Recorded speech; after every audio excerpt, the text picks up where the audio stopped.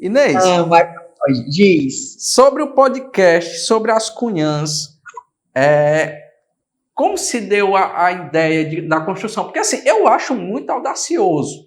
A ideia do podcast das cunhãs é uma ideia muito audaciosa, e isso é no meu ponto de vista, porque são 3 mulheres que debatem sobre política de uma forma muito ousada, mostrando o que realmente pensam em um sistema político que já é como é. E eu não preciso nem atribuir um adjetivo, porque já se explica por si só. A gente ainda vive, infelizmente, no estado do Ceará, principalmente no interior, uma cultura política que é ainda familiar, e aí na capital não sei bem como é, mas ainda onde se prevalece os homens na política, e quando você vem com 3 mulheres debatendo de forma muito aberta política e política cearense, é muito audacioso. E como foi que se deu essa ideia e como é que está sendo? Breno, foi o seguinte, nós começamos em plena pandemia. O primeiro episódio nosso foi em maio de 2020. Um mês antes, acho que menos de um mês, a Evelyn me ligou, eu trabalhei com a Evelyn 9 anos na UFC, na assessoria de imprensa, coordenadoria de comunicação e marketing. E a gente ficou muito amiga, apesar da idade, da diferença de idade que é enorme, ela tem a idade de ser minha filha.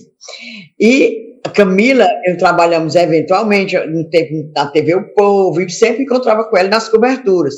E Camila Fernandes foi muito tempo correspondente da Folha de São Paulo, depois trabalhou no Jornal O Povo, mas nós não trabalhamos assim juntas no Jornal O Povo, trabalhamos em alguns momentos na TV O Povo. Sim, mas aí nós nos conhecemos, aí a Evelyn me ligou, assim, nem quer fazer arrumação, desse jeito, arrumação. E que arrumação, eu até brinquei com ela.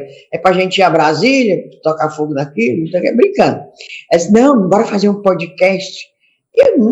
Sinceramente, eu acompanhava podcast pouco, não vou mentir, dizer assim, eu era ficcionada em podcast, não. De mulher, vamos, como é que faz direito? Não, mas vamos fazer, vamos. Em plena pandemia, em abril, o lockdown tinha começado em março, né? E abril, eu já estava impaciente. E graças a Deus teve esse podcast para a gente não pirar. Então, aí fizemos uma reunião virtual e achamos, conversando, que a imprensa, como eu chamo, entre aspas, a imprensa livre do Ceará, principalmente de Fortaleza, não tem muito vácuo, tinha muita lacuna que não cobria as coisas direito, tá entendendo? Na parte política. Por quê? Por justas causas. A imprensa muito com o rabo preso, financiado por governo, recebe financiamento, anúncio de governo, de prefeitura, de assembleia, de bancos estatais, papapá. Aí não pode dizer tudo, né? A imprensa. Aí lá, uma mídia alternativa como a gente poderia. Achamos também que faltava muita coisa de interior.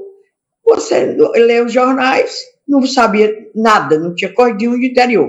Nós começamos em plena campanha, em 2020, que era a campanha para prefeitos, em 2020. E a gente também sentiu essa falta, bora fazer alguma coisa no interior. Agora, olha a petulância, a gente preso, né, porque de lockdown, querendo fazer interior, mas fizemos um programa, inclusive ouvi aí vocês de Quixeramobim, aí do Sertão Central, mostramos o Cariri, mostramos Inhamuns, mostramos a Zona Norte, foi um episódio 1 ou 2 só com isso.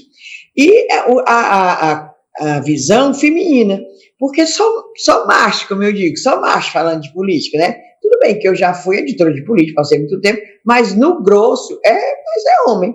Aí digo, bora. E mulher tem aquele olhar mais diferente, um olhar mais sensível, e que a gente pode falar, além do que a gente sendo uma mídia independente, não tinha rabo preso, podia falar de todo mundo, né? Com ética. Isso nós conversamos muito. A gente não tem patrão, o nosso patrão somos nós mesmos, mas nós temos ética, nós temos respeito com a notícia, nós temos respeito com o nosso entrevistado, com a pessoa que a gente está focando, a gente respeito e ética é o principal. Embora a gente não tenha patrão, mas a gente conversa entre si, não, isso não é certo, não vamos dizer isso, tá entendendo? Não é censura, é uma questão de respeito, inclusive, porque eu digo muito, eu tenho horror entrar na vida pessoal das pessoas. como se existisse vida pessoal dos vegetais, dos minerais, né? Digo, não entre em vida pessoal, por exemplo. Não entra. Não entra. Acho horrível, porque fica falando, porque fulano, político tal, tem isso, é mulher. Não, problema dele. Problema dele. Agora, a questão política, a prática política deles, a gente fala abertamente.